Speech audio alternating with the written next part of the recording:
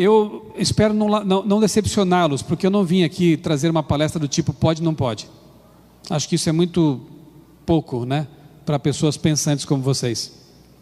Eu vou apresentar aqui ideias, vou apresentar aqui conceitos, eu vou mostrar aqui algumas constatações de coisas que eu vi, que eu pesquisei, e eu vou deixar a bomba no colo de vocês. A decisão é sua. Eu já tomei minha decisão há mais de 20 anos. Eu era viciado em cinema. Talvez por isso que tenha me convidado, não sei. Eu era um ex-cinéfilo, eu sou um ex-cinéfilo, né? Realmente, das coisas que eu tive que deixar quando me tornei adventista há mais de 20 anos, entre elas, para mim pelo menos, a mais difícil foi deixar de frequentar os cinemas. Então, quem está falando aqui não é alguém que não passou por isso, não experimentou uma sala de cinema com som surround, é alguém que viveu isso. Então eu creio que com base no que eu pesquisei, com base no que eu experimentei, dá para a gente conversar um pouquinho aí. E repito, vou deixar com você depois a decisão, porque eu tomei a minha, mas a minha não é parâmetro para ninguém, né? Cada um tem que, repito e reforço, e isso vai ser o fio condutor dessa palestra, cada um tem que formar bem a sua visão de mundo e se pautar por ela. Se você tiver uma visão de mundo naturalista, você vai tomar decisões com base nessa visão de mundo. Se você tiver uma visão de mundo secularizada, que é o que infelizmente tem acontecido até no meio da igreja, né? Suas decisões serão tomadas com base nessa visão. Mas, se você tiver uma visão de mundo bíblica, que é a que eu estou propondo agora e vou reforçar bastante, as suas decisões serão tomadas com base nessa visão de mundo. Ela será a sua diretriz na vida. E aí não tem como errar. Não tem como você ficar em dúvida, porque a Bíblia será realmente essa diretriz que vai direcionar suas decisões, seus pensamentos, suas recreações. Antes de iniciar, propriamente dita, a palestra cinema, o debate continua, deixa eu falar um pouquinho aqui sobre um livro que o Laércio mencionou, o livro Nos Bastidores da Mídia. Eu publiquei esse livro há acho que uns 15 anos atrás, né, pela CPB, e eu andava incomodado com ele, porque 15 anos atrás não existia nem Facebook. Tinha lá o tal do Orkut, lembram? 12 anos atrás, eu acho, né? Quem teve Orkut aqui? Levanta a mão. Poxa, eu pensei que eu estava falando só para jovens.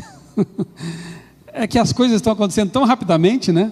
Que quem teve Orkut já teve Facebook, agora tem Pinterest, tem Tumblr, né? Tem Instagram. Mas enfim, não havia isso aqui, né? Vários exemplos que eu mencionei na edição anterior estavam mega ultrapassados. Os princípios são os mesmos, né? Os princípios sobre os quais eu trabalho nesse livro. Mas eu queria muito fazer uma atualização dele. E ano passado a Casa Publicadora Brasileira me permitiu, me autorizou, né, fazer uma atualização completa do livro, Nos Bastidores da Mídia. Você percebeu que a capa está diferente, mais moderna, né? Mas não é só a capa não. Eu diria que cerca de 50% da obra é novo, tá? Agora eu falo aqui sobre a questão do consumismo, na outra obra eu não falo sobre isso, redes sociais, né, séries e por aí vai. Inclusive um capítulo sobre cinema, né, que é uma melhoria do capítulo que havia na edição anterior. Então eu recomendo a vocês, eu sou suspeito para fazer isso, mas eu quero recomendar a vocês esse livro, porque acho que com a leitura dele você pode tomar boas decisões no que diz respeito ao consumo da mídia, ok? Nós somos seres midiáticos, estamos vivendo num mundo midiático, não tem como evitar isso, não dá para fugir desse contexto, desse mundo. A grande questão é como me posicionar diante dessa avalanche de informações, né? A menos que vá morar no mato, sem acesso à internet via rádio, você está no mundo que é bombardeado constantemente, né, por informações, por entretenimentos, e nem todos eles são pecaminosos, né? Então a questão é como eu devo agir, né? Vamos lá então. Em 1990 eu tomei a infeliz decisão de assistir o último filme no cinema da minha vida, e foi este aí na tela. Olha aí que infeliz escolha, né? O filme Ghost, do outro lado da vida, um filme de conteúdo espírita, eu já sabia que o conteúdo desse filme, o roteiro dele, né, era todo antibíblico e não realista, né, de acordo com o conceito bíblico.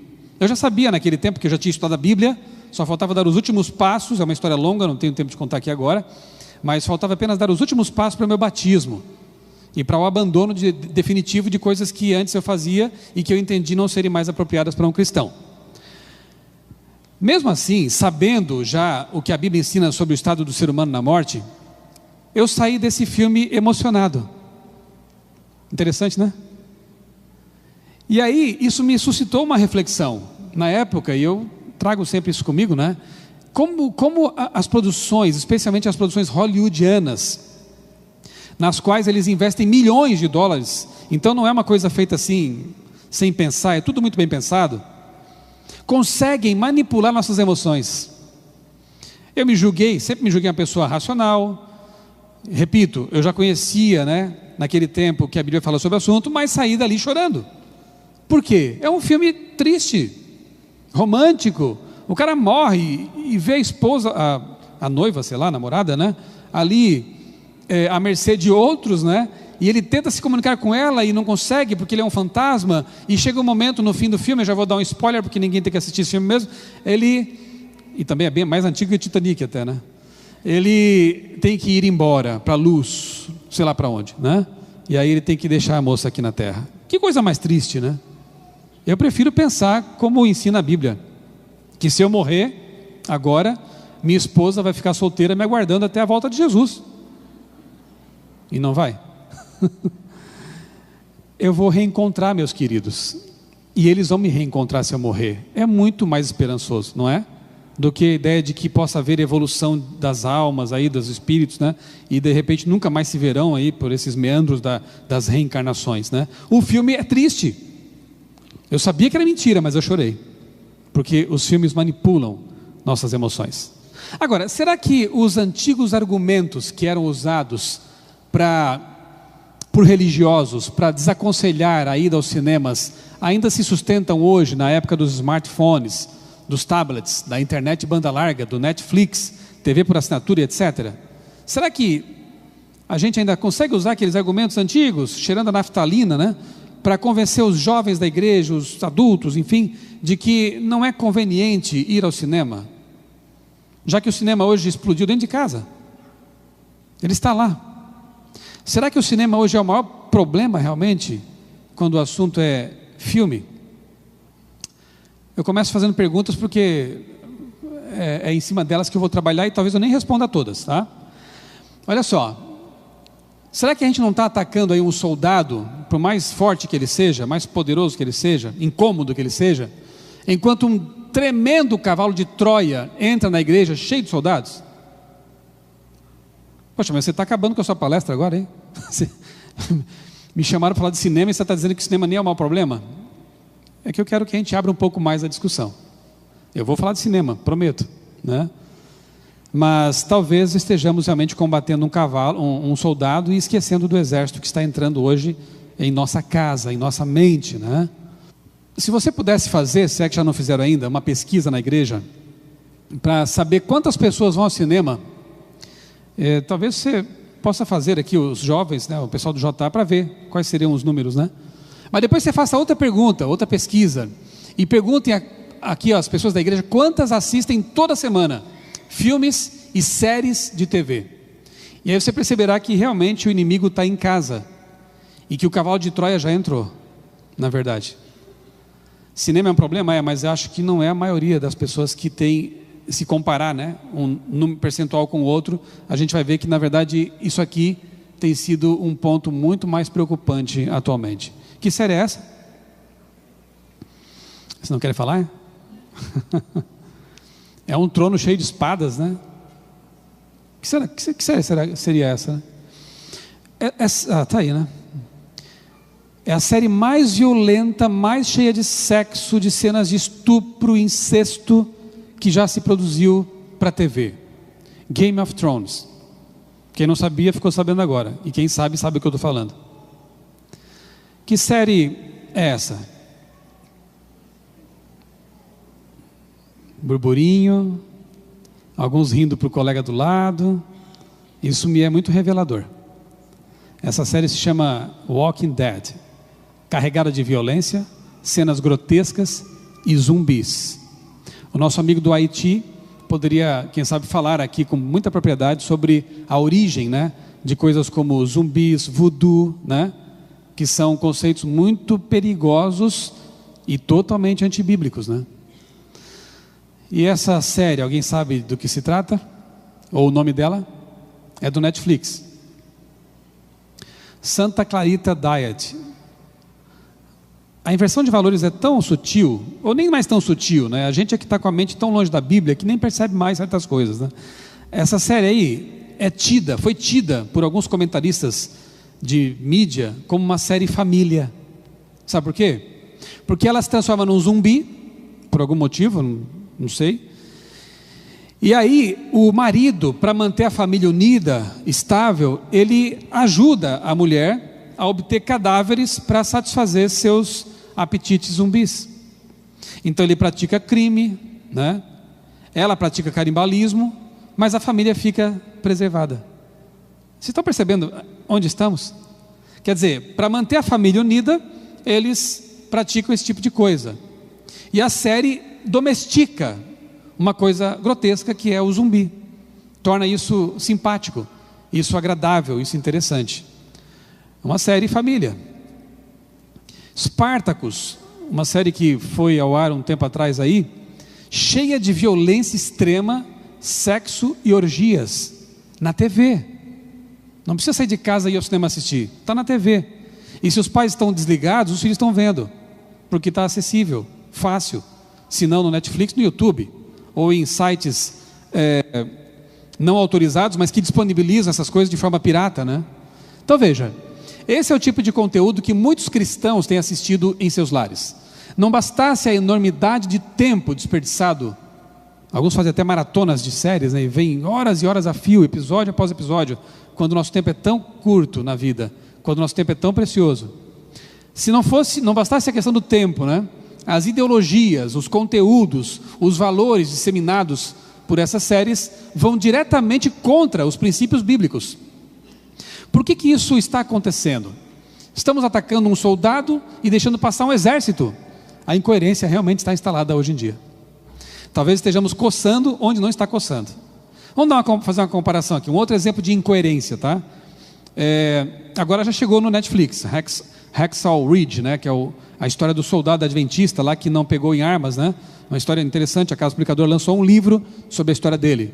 Mas olha que interessante, antes de o filme ir chegar, né, estar disponível em locadoras e no Netflix, eu soube de igrejas, ou pelo menos uma igreja, né, que proibiu os membros de ir ao cinema, mas, em compensação, exibiu uma cópia pirata numa sala ali nas dependências da igreja. Ou seja, para impedir algo, eles cometeram um crime, né? Porque pirataria é crime, se você não sabe, dá cadeia nisso, e transgrediram a lei de Deus que diz: não furtarás e nem mentirás. Não é estranho o que está acontecendo? Um tipo de cegueira, um tipo de falta de percepção realmente, né, do que seja errado. Não pode esperar um pouquinho então, né? E se fosse o cinema, pelo menos era legal. Não legal de legal, legal de legal segundo a lei, né? Não seria uma ilegalidade. Mas o que fizeram para compensar foi uma ilegalidade. Então nós temos que, e especialmente quando você exibe em salas públicas, né? No caso de uma igreja, uma exibição pública não é autorizada. Não se pode fazer isso. Nós temos que ser corretos em tudo que fazemos, né? Eu vou listar aqui uma série de coisas que tem que ver com filmes, tá?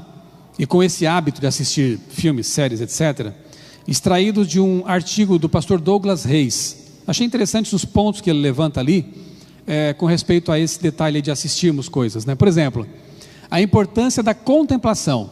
Já sabemos disso, é uma frase batida e muito real, que somos transformados pela contemplação. Quanto mais a gente vê alguma coisa, quanto mais a gente ouve alguma coisa, quanto mais tempo passamos com aquele tipo de conteúdo, nós somos transformados à semelhança desse conteúdo, né?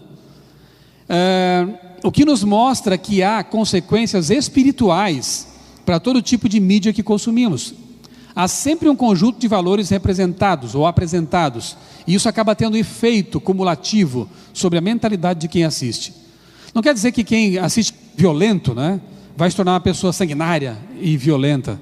Alguns vão, muitos não, mas acabam se tornando tolerantes à violência, a tal ponto que ele assiste Walking Dead achando que é uma coisa normal.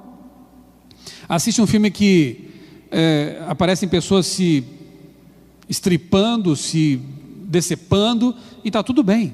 Não está. Isso é grotesco. Isso deveria ofender nossa sensibilidade cristã, nosso senso de amor à vida e de valorização da vida. Mas a gente começa a contemplar e se acostumar com isso, e gostar disso, que é pior.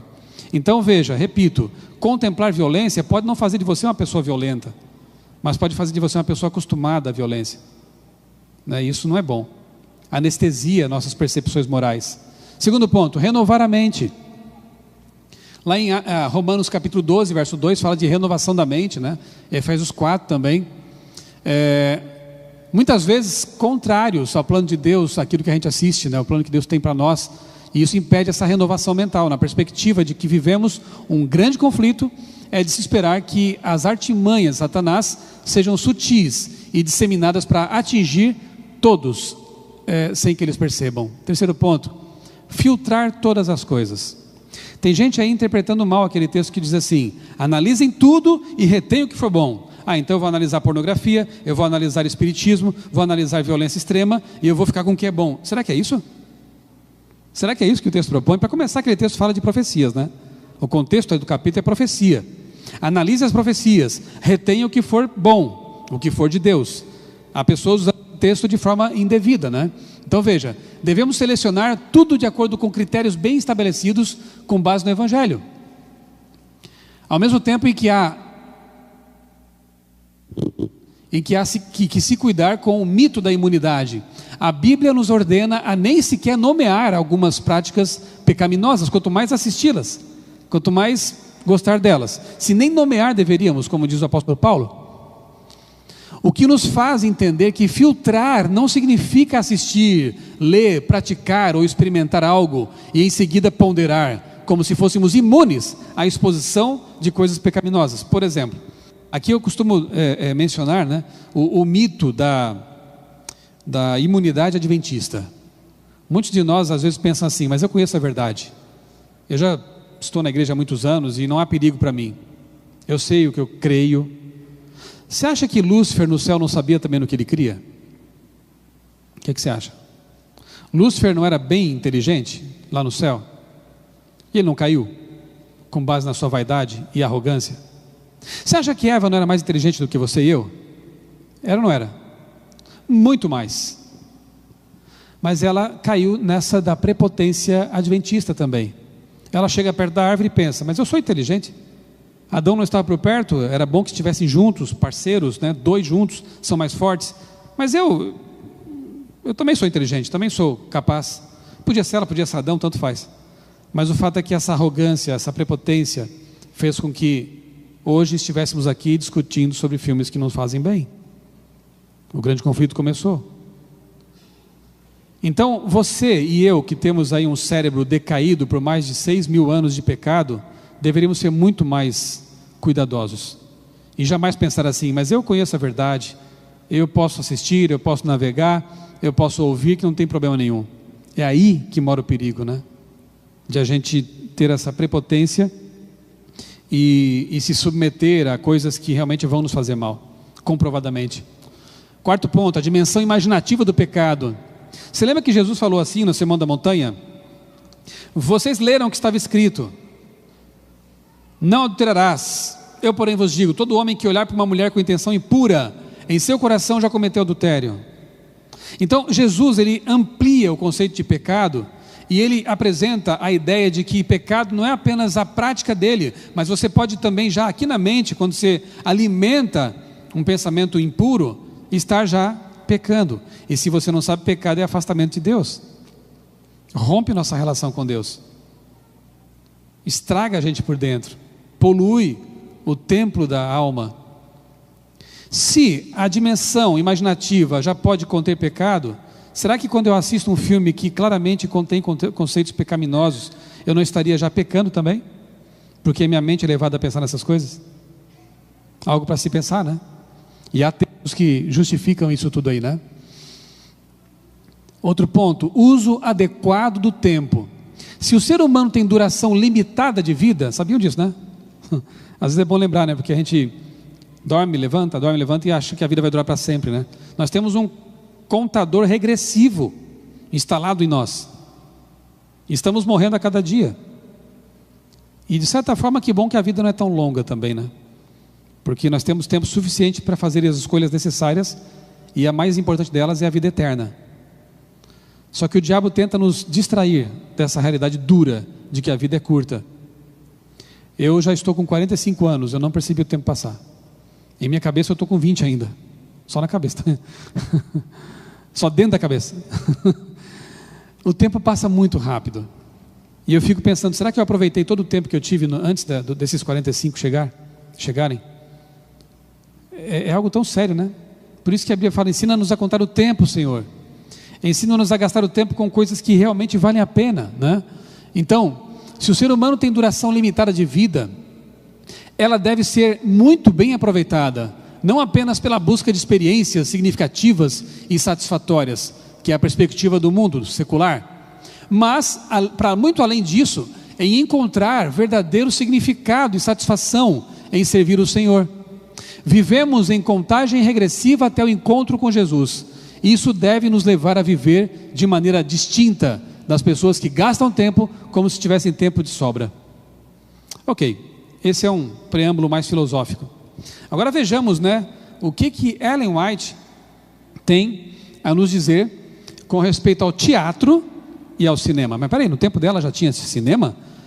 Vale a pena uma pesquisa histórica a respeito desse assunto, para você perceber que Ellen White, quando escreve certas coisas, ela estava vivendo mesmo no tempo que essas coisas existiam.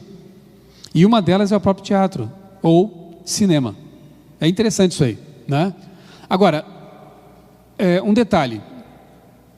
Veneno é veneno em qualquer lugar, concordam? Se eu tomar uma colherinha de cianureto, ou 1 quilo de cianureto, faz diferença? Não, vou morrer igual, né? Então veneno é veneno, e você tem que se manter longe disso. Sempre será algo tóxico assistir em casa, no cinema ou em qualquer lugar, conteúdos que vão contra os princípios bíblicos, ok? No cinema pode ser 1 quilo, em casa pode ser 1 colher, mas se é veneno, não dá. Talvez a sua cabeça esteja passando o pensamento, mas se for coisa boa, aí no cinema dá? Eu vou chegar lá, calma. Estamos caminhando com calma aqui, né? Tenha paciência, temos muito que conversar ainda, tá bom? Olha só, sabe quem é esse senhor aí na foto? Acho que eu já mostrei aqui uma vez, numa outra palestra. É Joseph Goebbels, que era ministro da propaganda de Hitler. Nós discordamos totalmente dele, do que eles fizeram, mas uma coisa é certa: eles conseguiram usar a mídia para convencer um país inteiro de que uma coisa horrível era boa. Então a mídia tem poder. E é dele a frase: uma mentira repetida 1000 vezes torna-se uma verdade, né? Joseph Goebbels. A exposição frequente a esses conteúdos fará com que finalmente a mentira pareça verdade e causará um anestesiamento da percepção cristã crítica. A pessoa entra na perigosa fase do nada a ver. Conhece essa fase? Amigo, esse filme é perigoso para você. Ah, nada a ver. Pessoal, e o cinema não convém, mas nada a ver. Gente, ver série demais não faz bem, nada a ver. Nada a ver é a resposta de quem não pensa, na verdade. Porque se ele pensasse um pouco mais, teria argumentos para falar. Mas o nada a ver evita a discussão e o coloca na cômoda situação de pensar assim: nada importa e nada me afeta, né? Então, é a tal da mentira repetida 1000 vezes, que a pessoa passa a aceitar, porque teve contato demais com ela. Se a mídia não tivesse real efeito sobre as pessoas, essa notícia, com base em uma pesquisa, não seria real. E o que essa pesquisa traz? É muito interessante. O Banco Internacional de Desenvolvimento, o BID, percebeu que à medida que o sinal da TV Globo chegava nas cidades do interior, os divórcios iam aumentando. Não é interessante isso? Por que será? Ora, os filmes, as séries, as novelas não tratam o casamento como algo sagrado. Na verdade, tratam-no como algo descartável. Não é verdade? Ou estou inventando coisa aqui? Se falam em casamento ainda, porque a maioria ali é sexo livre e se juntam e assim por diante. Então é interessante, né? Lá nas cidades do interior, onde os valores ainda estavam preservados, à medida que o sinal de TV ia chegando, esses valores acabavam sendo quebrados, destruídos. E as pessoas adotavam comportamentos que a mídia apresentava como normais e passavam a se ver como anormais, porque uma mentira repetida 1000 vezes passa a parecer uma verdade. Não é triste? E é uma constatação real, né? Não sou eu que estou dizendo isso. Tem influência, até sobre nós, evidentemente. Um texto muito interessante de Ellen White, nós vamos voltar a ele mais adiante, eu quero só ler aqui de passagem, é este aí, em que ela fala sobre teatro. Preste atenção no que ela descreve aqui, nessa citação. Entre os mais perigosos lugares de diversões está o teatro. Ah, mas no tempo dela teatro... Calma, eu vou chegar lá. Eu pesquisei esse negócio. Já vou apresentar a vocês o que era teatro no tempo dela. Em vez de ser uma escola de moralidade e virtude, como muitas vezes se pretende, se acha que é um verdadeiro foco de imoralidade. Hábitos viciosos e tendências pecaminosas são fortalecidos e confirmados por esses entretenimentos, esses passatempos. Canções baixas, gestos, expressões e atitudes indecentes pervertem a imaginação e rebaixam a moralidade.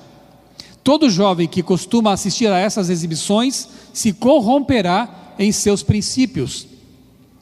Não há influência mais poderosa em nosso país para envenenar a imaginação, falei envenena agora há pouco, né?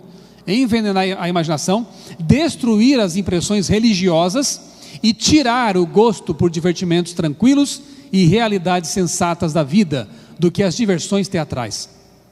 O amor a esses espetáculos aumenta cada vez mais, assim como o desejo de bebidas alcoólicas se fortalece com seu uso. O único caminho seguro é evitar o teatro, o circo e qualquer outro lugar de diversão duvidosa. Diversão duvidosa.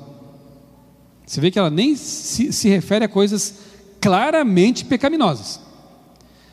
Eu não sei, eu adotei para mim uma máxima, depois que me tornei adventista: se há dúvida, eu não vou ultrapassar, até que isso fique claro. Você acha que é um conceito seguro? Eu acho. É tipo aquela história da rainha que estava contratando cocheiros para sua carruagem. Aí ela perguntou para... 3 vieram se candidatar para a vaga, e ela perguntou para o primeiro: você, quão perto de um abismo você consegue dirigir a carruagem sem cair nele? E ele falou, todo envaidecido: eu consigo ir até 10 centímetros da borda e não caio. Ok? E você, segundo, quão perto de um abismo você consegue dirigir sem cair nele? Eu consigo dirigir a carruagem a 5 centímetros da borda do abismo e eu não caio. Ok? E você, o último, como é que você faz? Vossa Majestade, eu procuro ficar o mais longe do abismo que eu puder. Contratado. Não é assim? Até onde eu posso ir sem pecar? Quão perto do pecado eu posso chegar sem me envolver com ele? Errado, pensamento errado, porque a Bíblia fala: fuja do pecado. Não é assim? Faça como José, se desvie do pecado, não vá perto dele, porque ali está o perigo. Diversões duvidosas, então, se é duvidoso, a igreja considera algo não apropriado, tem motivos para isso. Por que eu vou me arriscar? Por que eu vou fazer da minha mente um campo de experiência, né? Para saber se é isso mesmo, e me arriscar a cair no abismo?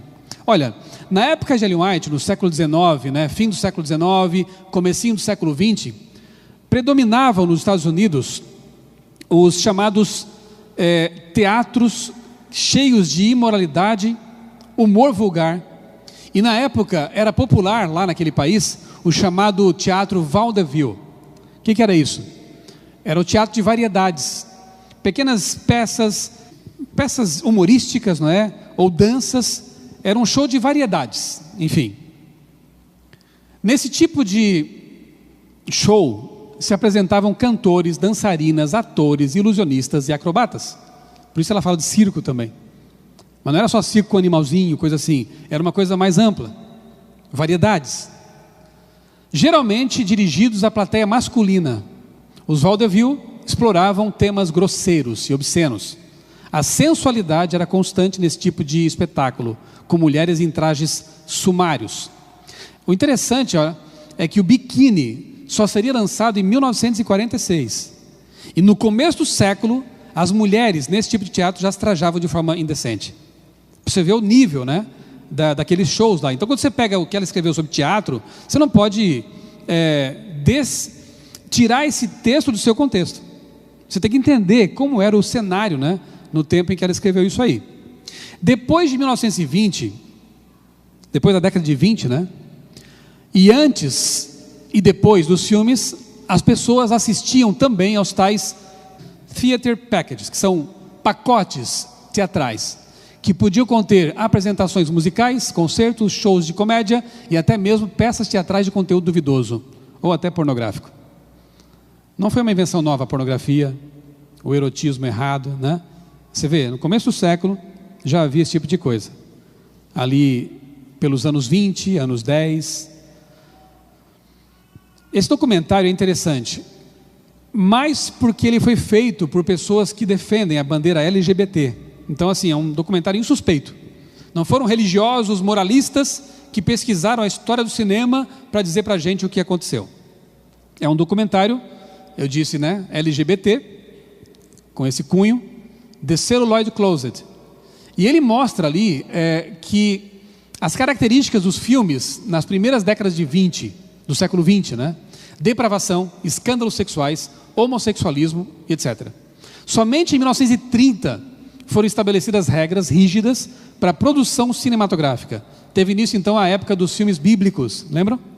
Ben-Hur, Spartacus, Manto Sagrado, os 10 Mandamentos, né? Foi a partir da década de 30. Então nós temos assim, ó, a história prossegue, né? E o fato é que muitos escritores e roteiristas ainda faziam filmes de conteúdo assim duvidoso, né? Só que mais por baixo dos panos. E a partir dos anos 60, então você já consegue se localizar na história, revolução sexual, drogas, sexo e rock and roll. A partir dos anos 60, com a liberação sexual e cultural, houve um renascimento daqueles tipos de filmes dos anos 20, né? De moral questionável.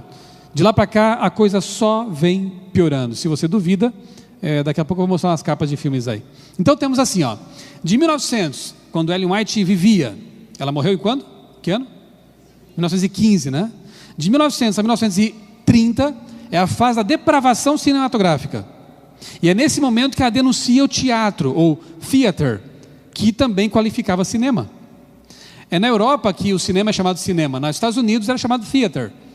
E cinema era mais para as produções cinematográficas. Então, quando ela fala sobre theater em seus livros, ela se refere às duas coisas: teatro e cinema, que já existia. E a gente entende, quando estuda então a história do cinema, por que ela faz isso. Porque nesses primeiros 30 anos, o cinema era depravado. Nos anos 30, aí nos Estados Unidos surgem leis para moralizar o cinema, regras. E começa então a fase dos filmes bíblicos, históricos. Mas nos anos 60 a coisa volta a ficar horrível. Com a revolução sexual, com o movimento hippie, e voltam ali os filmes de moral questionável. E se você duvida, como eu disse, está em algumas capas para provar isso, né? Sexo Sem Compromisso, o nome de um filme.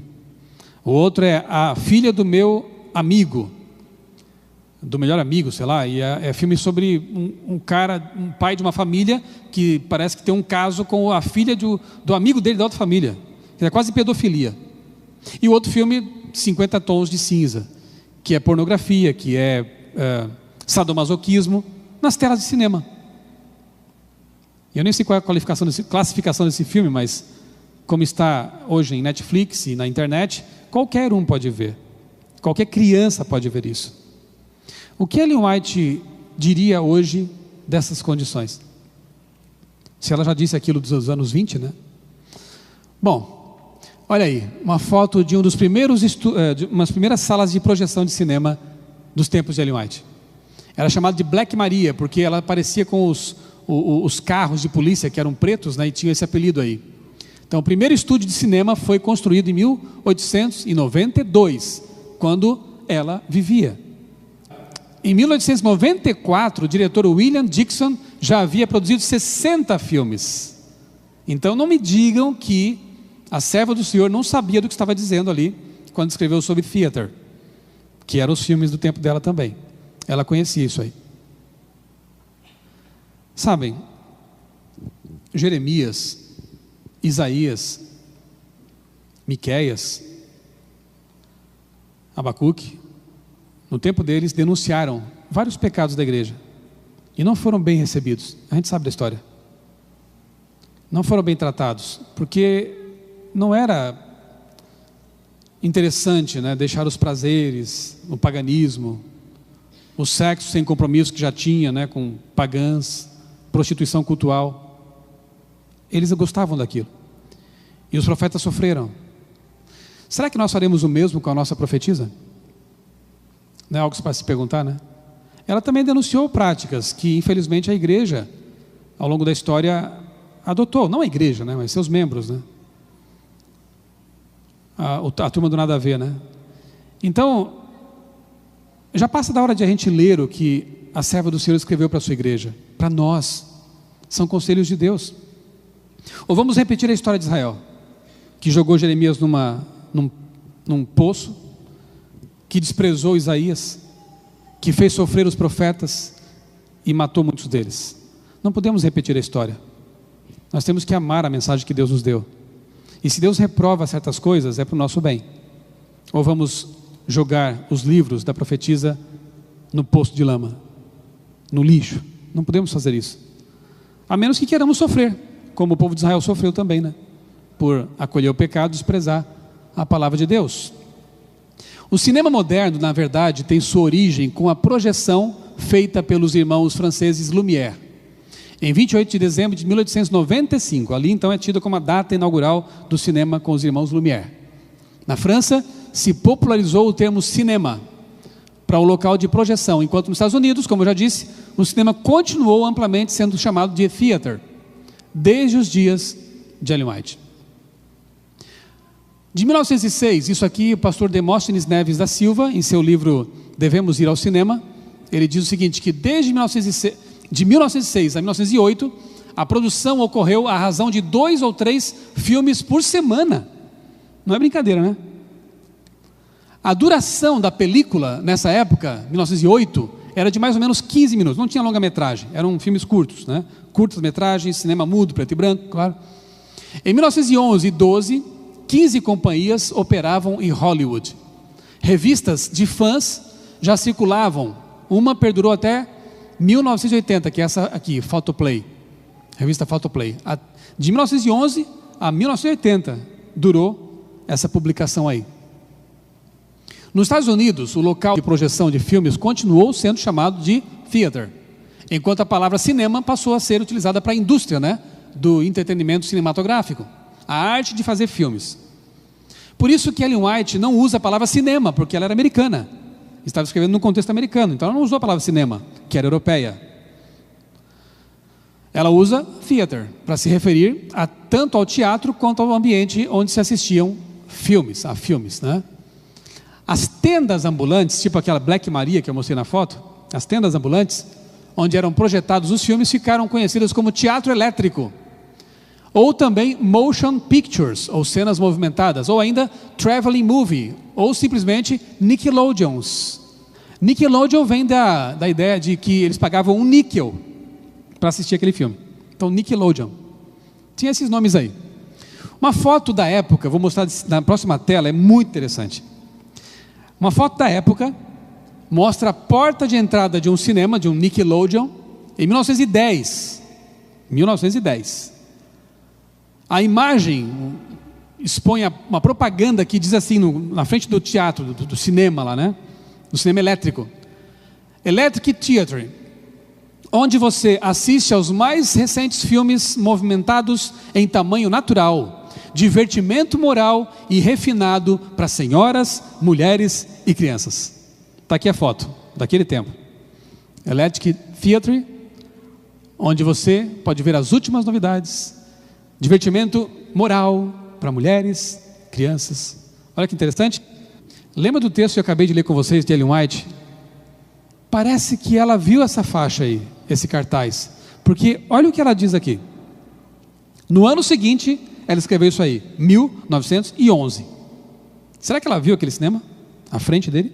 Olha só. Ela escreveu o seguinte: em vez de ser uma escola de moralidade e virtude, como muitas vezes se pretende, o teatro é um verdadeiro foco de imoralidade. Muito interessante isso aqui. Ela estava ligada na mídia, nas coisas que aconteciam em volta dela. Não era uma pessoa desconectada do mundo, porque essa frase dela parece contradizer abertamente aquela propaganda colocada na frente lá do teatro, né? Ok, eu acho que já nos convencemos de que ver filmes ruins não é bom, de que assistir essas coisas assim de conteúdo sensualista, violento e tal, não é legal. Tá, mas e os bons filmes? Vamos ser tão radicais assim? O que dizer dos bons filmes? Então eu volto àquela ilustração do veneno. É óbvio que tomar veneno é perigoso. Mas e se eu for ao cinema para assistir um filme bem escolhido? Nesse caso, é bom lembrar que um remédio em dose cavalar também pode intoxicar. Estão percebendo onde eu quero chegar com a analogia? Um remédio tomado em excesso também pode ser danoso. E é a partir daqui que eu quero construir a ideia de que talvez nem isso seja proveitoso. Bons filmes na sala do cinema, na Black Maria, né? Porque ali você tem o perigo do hiperestímulo, que não é só do cinema, lógico, tem muita coisa que envolve isso aí, mas eu, nessa palestra, vou me limitar a esse assunto, né? Então é verdade que na sala de cinema hoje, que as salas de cinema hoje não são mais aquilo que Ellen White condenou no tempo dela. Sejamos francos, né? As salas de cinema hoje não são mais como os vaudeville, com variedades, com dançarinas seminuas, né? Isso, quanto eu saiba, não tem mais nas modernas salas de cinema. Então o argumento do ambiente nocivo parece que não tem mais força. Mas será que dá na mesma assistir bons filmes em casa e na sala de cinema, ainda que não seja aquilo que era no passado? É outra pergunta que eu deixo para você pensar, mas que eu vou tentar responder. Veja, na sala de casa, você pode interromper a exibição, se achar que ela não vale a pena.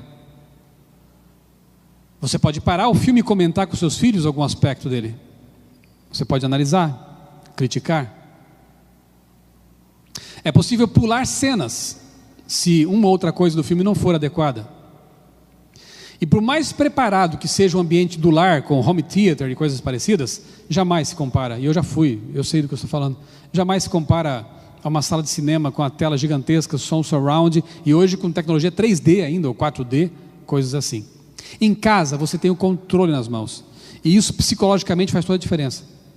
Porque quando você se senta num local confortavelmente ali instalado, e se submete à produção, você se entrega. Mas quando você se senta com o controle nas mãos, a ideia que você tem é de que eu mando nesse negócio. Se eu não gostar, off. Se eu não quiser ver isso, forward. Agora no cinema você não tem esse controle. No máximo você pode fazer é se levantar, pedir licença e sair, coisa que não é muito comum acontecer, né?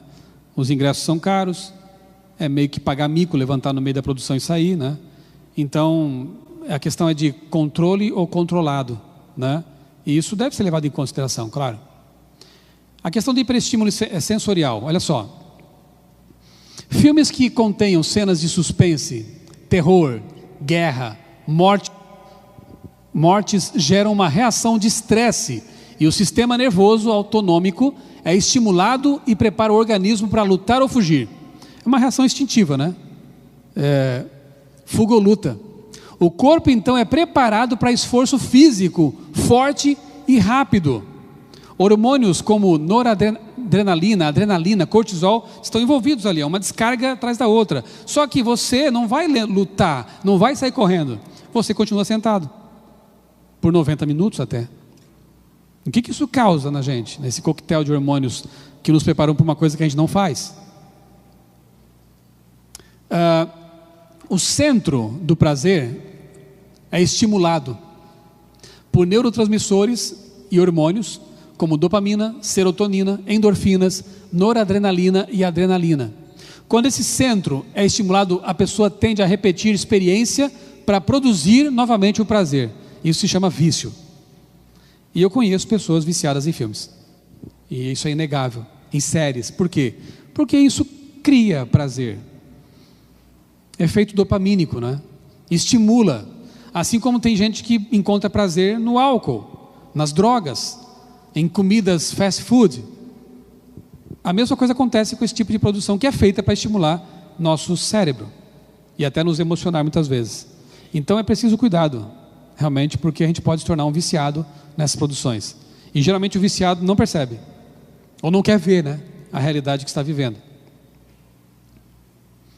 Outra consequência é que o espectador assíduo do cinema acaba por achar monótono tudo que é abstrato ou estático, como por exemplo, o estudo da Bíblia, leitura de livros. É muito enfadonho. Abriu, dormiu. Não tem luz, não tem movimento, não tem ação, não tem som. Coisas que requerem mais concentração, né? O cérebro mais treinado na abstração, que é requerida na leitura. A pessoa acaba necessitando de sobrecarga sensorial para se sentir viva, gratificada.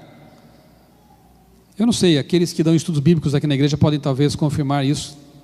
Eu tenho percebido como está cada vez mais difícil estudar com as pessoas temas como Daniel, capítulo 8, 9, Apocalipse, os temas mais profundos. As pessoas parecem que não têm mais paciência, não têm mais condições, né, de uma viagem assim mais abstrata, e se desconcentram, e não entendem, e têm dificuldade, e acham enfadonho.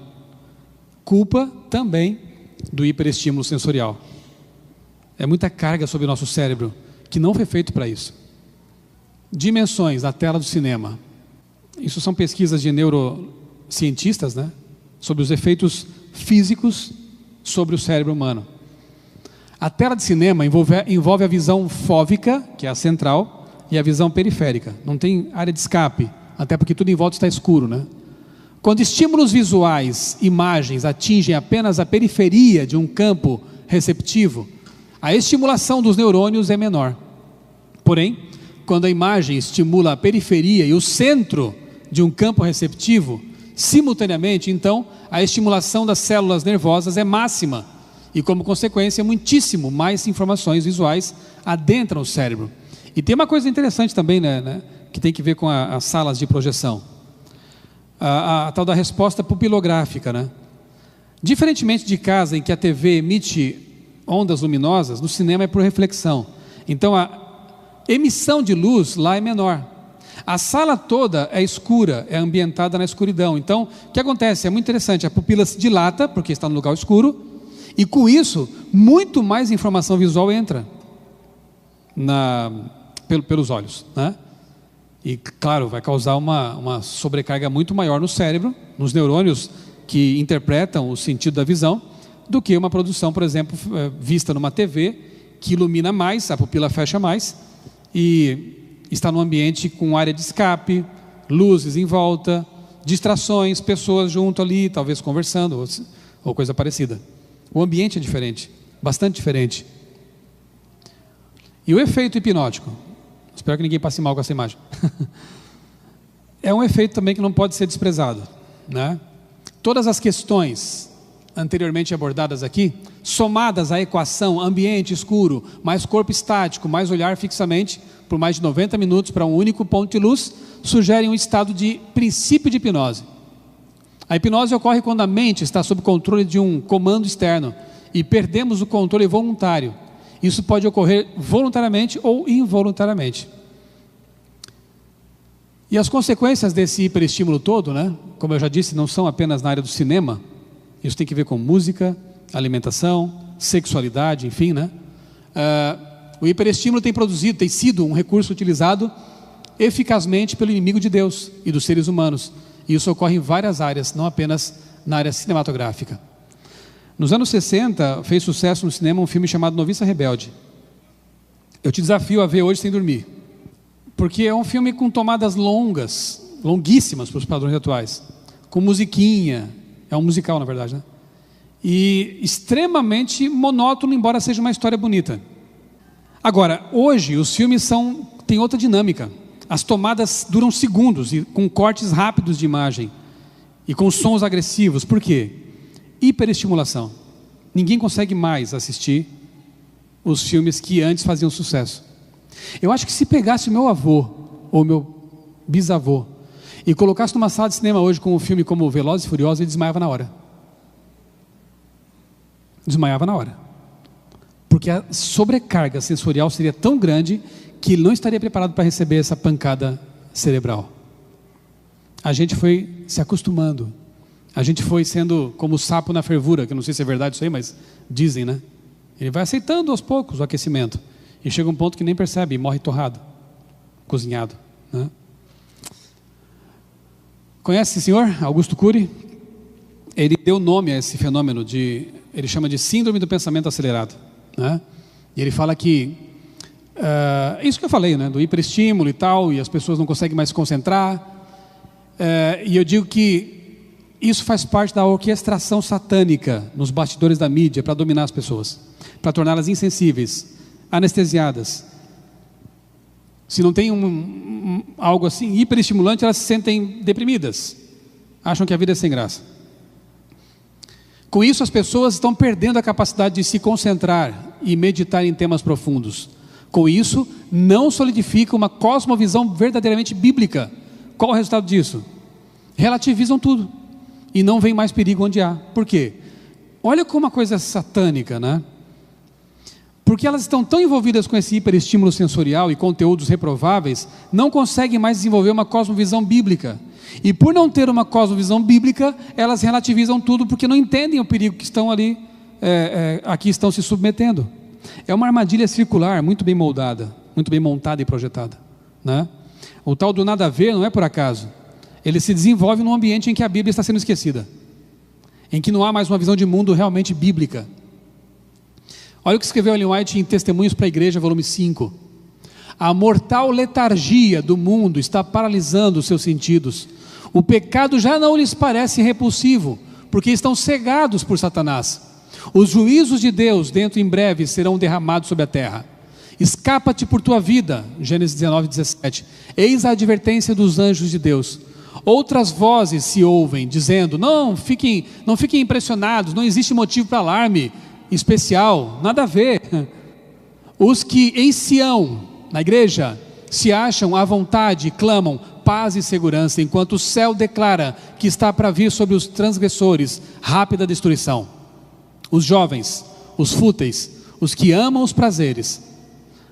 Prazer não é pecado. Amar, sobretudo, o prazer, e especialmente o prazer desvirtuado, aí é o problema, né? Os que amam os prazeres consideram essas advertências como fábulas vãs e lhes dão as costas com um deboche, um gracejo. Nada a ver. Que situação perigosa, né?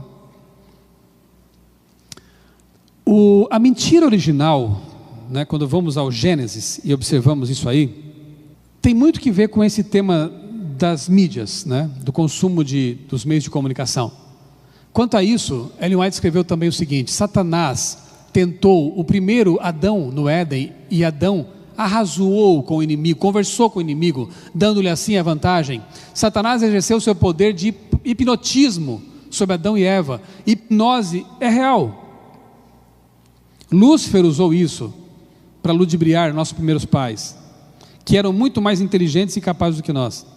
E esse poder, Lúcifer esforçou-se por exercer sobre Cristo também, lá no deserto da tentação. Mas depois de citada a palavra da Escritura, Satanás sabia que não tinha chance de triunfar. Como que Jesus venceu onde Adão caiu? Qual foi o segredo dele? O que ele usou? A Bíblia. Você percebeu no texto?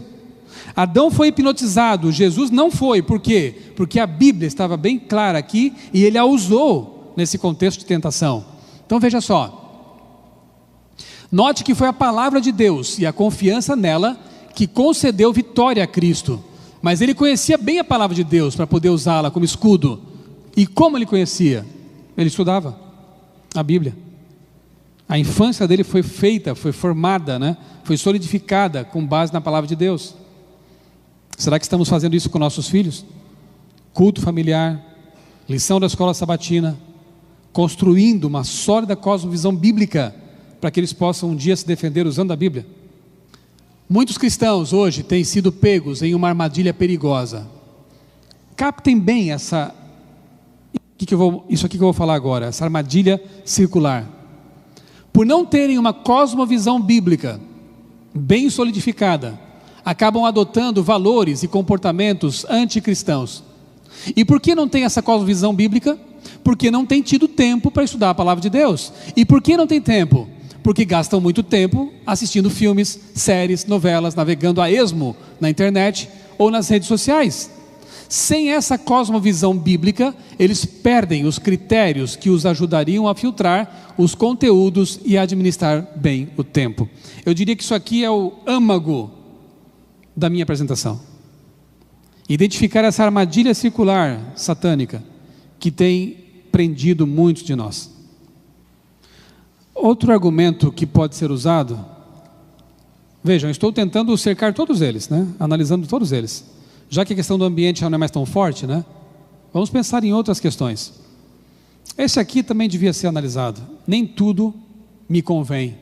Talvez um último argumento, né, que eu poderia apresentar para vocês, antes de caminhar para o final, para quem sabe desestimular a ida de um cristão ao cinema, seria o nem tudo me convém, lá de 1 Coríntios 6,12. O cristão é livre para fazer o que quiser, mas nunca deve se esquecer o conselho de Paulo, que escreveu: não vos torneis causa de tropeço, nem para os judeus, nem para os gentios, nem tampouco para a igreja de Deus, assim como também eu procuro em tudo ser agradável a todos, não buscando o meu próprio interesse, mas o de muitos, para que sejam salvos. Você lembra quando Paulo esteve, olha que maturidade espiritual, quando Paulo esteve uma vez num almoço, num jantar, não sei, e aí alguém questionou: mas Paulo, você vai comer esse alimento aqui que foi sacrificado aos ídolos? E Paulo diz: não, mas o ídolo não é nada, o alimento está limpo, está bem conservado, vou comer, qual o problema? Mas isso aqui foi sacrificado no templo lá, dos pagãos. Bom, então não vou comer. Por quê? Porque tinha pessoas aí com a consciência fraca, e Paulo entendeu que se ele comesse aquilo, poderia escandalizar aquelas pessoas. Sabe, irmão, o teu estômago não justifica a perdição de alguém, nem as tuas preferências por filmes, séries e coisas parecidas. O que é mais importante para você? Eu quero ir ao cinema, não estou nem aí para ninguém. Mas se alguém se escandalizar com esse tipo de atitude, será que ir lá é mais importante do que, de repente, não escandalizar alguém? A gente que é servo de Cristo se abstém de tantas coisas, às vezes até lícitas, por amor aos outros. Eu não tenho direito de pensar assim, ou fazer isso ou aquilo, né?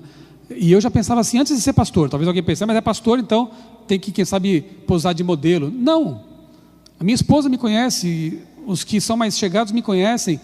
Eu entendi que quando aceitei Jesus, a minha vida passou a ser um mostruário, um testemunho do meu Deus. Então, se alguma coisa, ainda que eu considerasse sem problemas, fosse ser pedra de tropeço na vida de alguém, eu não faria. Não faria por amor a essa pessoa. É algo que cristãos maduros deveriam considerar também, né? Se a frequência ao cinema ainda fere a sensibilidade de alguns, e ainda pairam dúvidas, lembra dos divertimentos duvidosos?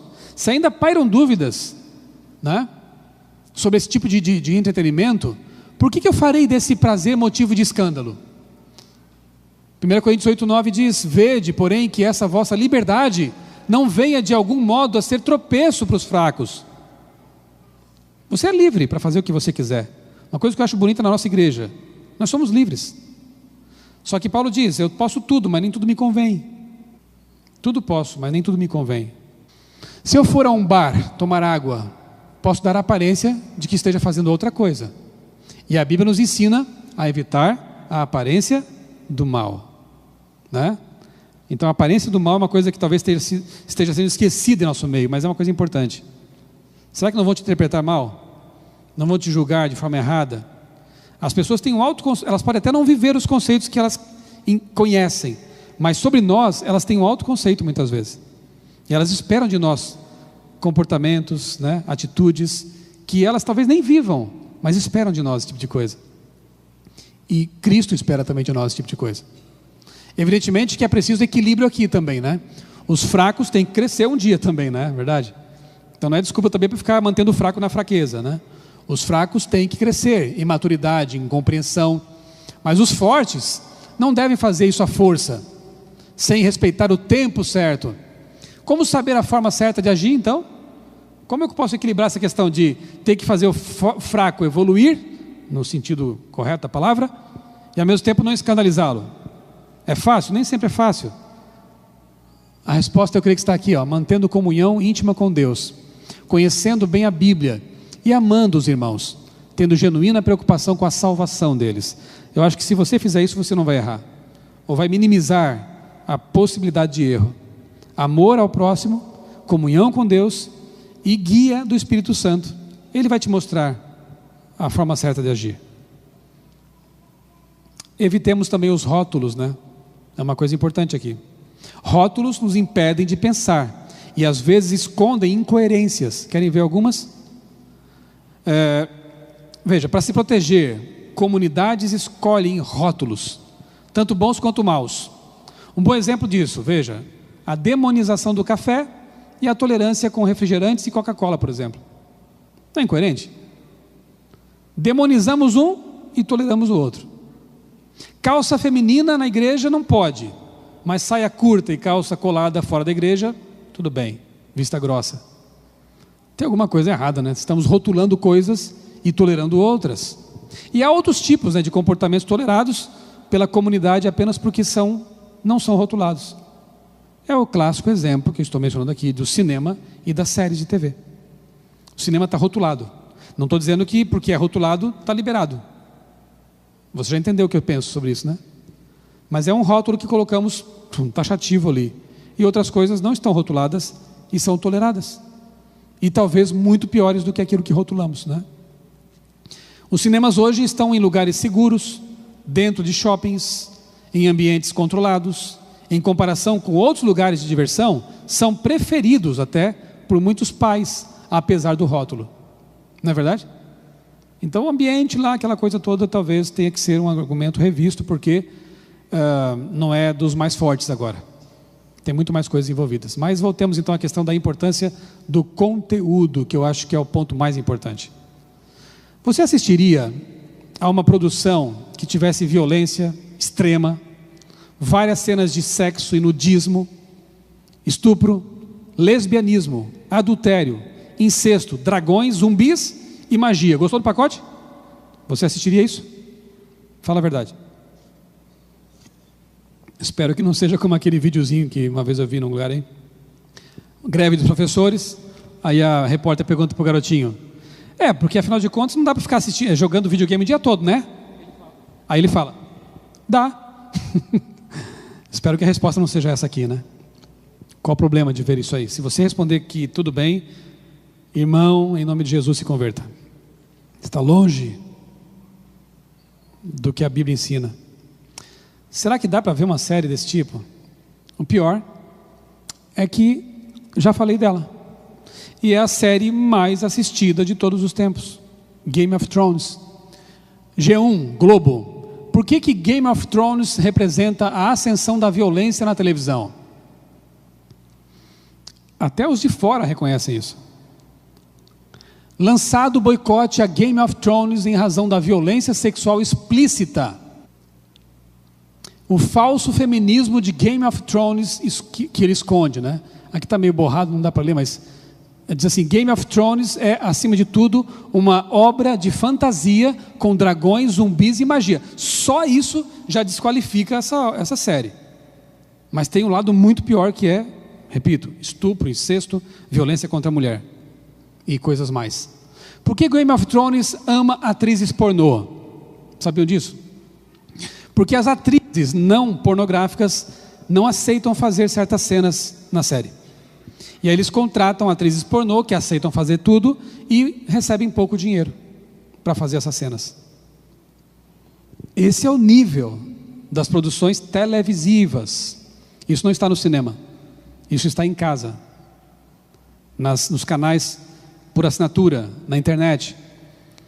Mais erótica, Game of Thrones tem uma cena de sexo a cada 30 minutos.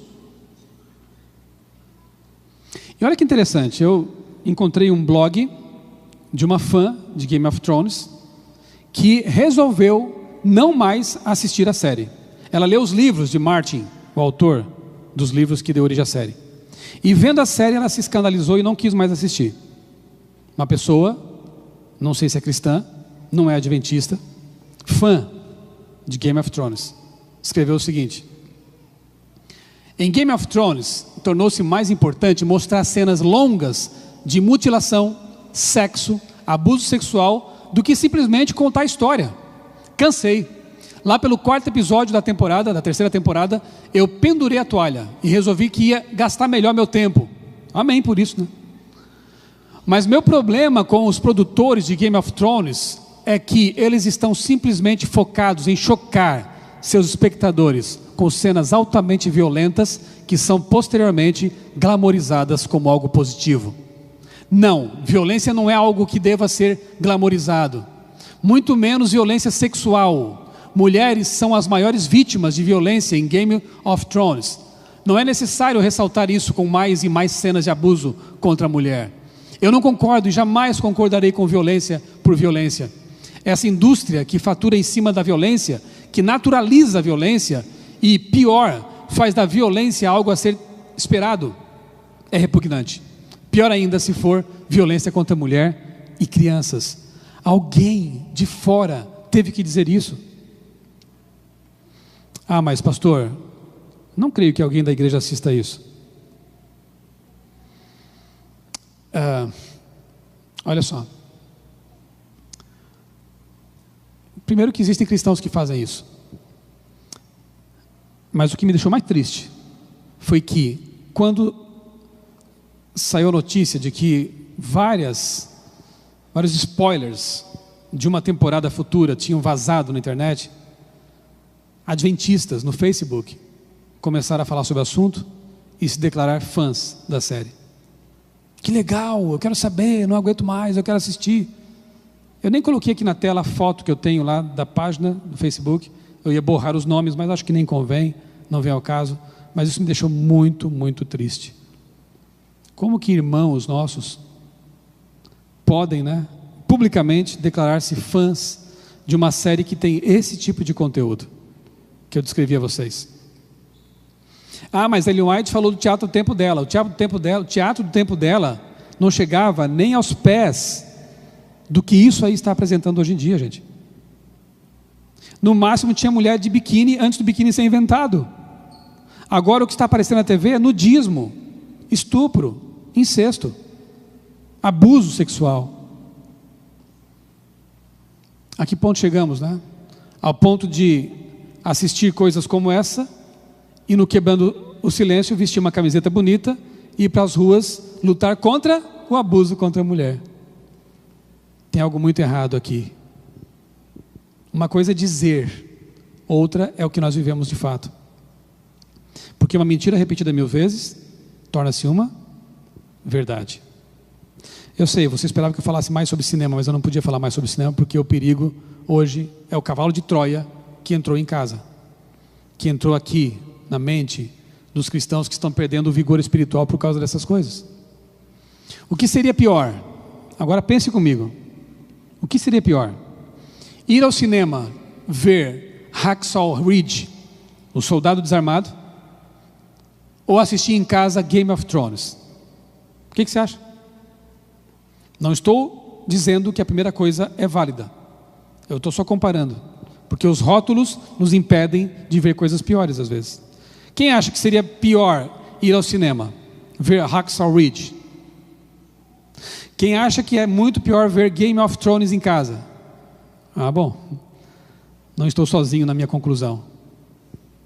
Você percebeu o perigo? Qual o pior mau testemunho? Ser visto numa fila de cinema para ver um bom filme, ou declarar publicamente nas redes sociais que é fã de Game of Thrones? Lá no cinema, talvez um punhado de pessoas te vejam na fila. Já é ruim. Mas no Facebook, centenas e às vezes milhares de pessoas já estão sabendo que você é fã de Game of Thrones, de Walking Dead e de coisas desse tipo. O mau testemunho hoje, virtual, chega a ser pior do que o mau testemunho real de tempos passados. E tem muita gente usando redes sociais não para pregar o evangelho, não para deixar uma mensagem positiva às pessoas, mas declarando seus gostos, né? Suas predileções, muitas vezes pervertidas. Onde está a causa dessa cegueira que impede de enxergar tamanha incoerência? O pastor Douglas Reis, autor daquele artigo a que já me referi, ele conclui dizendo o seguinte, que ainda carecemos de uma teologia abrangente que lide com questões relacionadas à cultura. Assim, a construção de um pensamento cristão fortemente construído a partir da revelação da palavra de Deus ajudará a conter tanto o conservadorismo não embasado, que é uma coisa ruim, quanto o liberalismo que desprestigia, por vezes inconscientemente, a revelação como critério para avaliar cada prática culturalmente aceitável, que é uma coisa também ruim, né? Cosmovisão bíblica é a armadilha de Satanás, que eu quero que vocês entendam bem.